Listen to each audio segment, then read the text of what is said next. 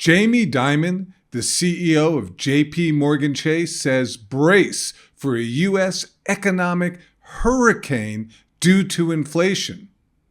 They're storm clouds. They're big storm clouds. It's a hurricane. Right now, it's kind of sunny. Things are doing fine. Everyone thinks the Fed can handle this. That hurricane is right out there down the road coming our way. Dimon says there are two main ingredients of the megastorm that he is projecting. One is big changes in Federal Reserve policy for fighting inflation. The other is the Russian invasion of Ukraine. He stated, the Fed has to meet inflation now with raising rates and QT, or quantitative tightening.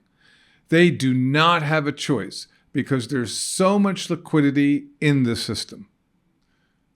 Quantitative tightening is the opposite of QE, quantitative easing. With QT, the Federal Reserve sells, or simply does not replace the bond assets they own. This reduces the size of the money supply and pushes interest rates higher.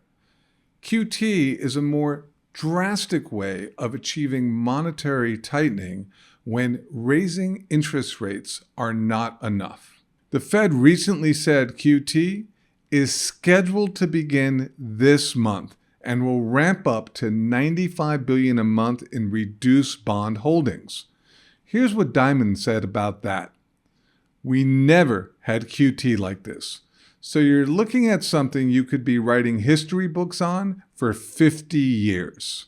He also has concerns about the long-term impacts of the Russia-Ukraine conflict.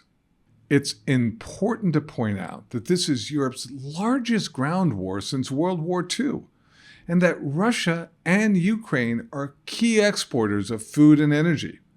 Dimon says the reason this war is bad for the economy is that wars go bad. They go south. They have unintended consequences.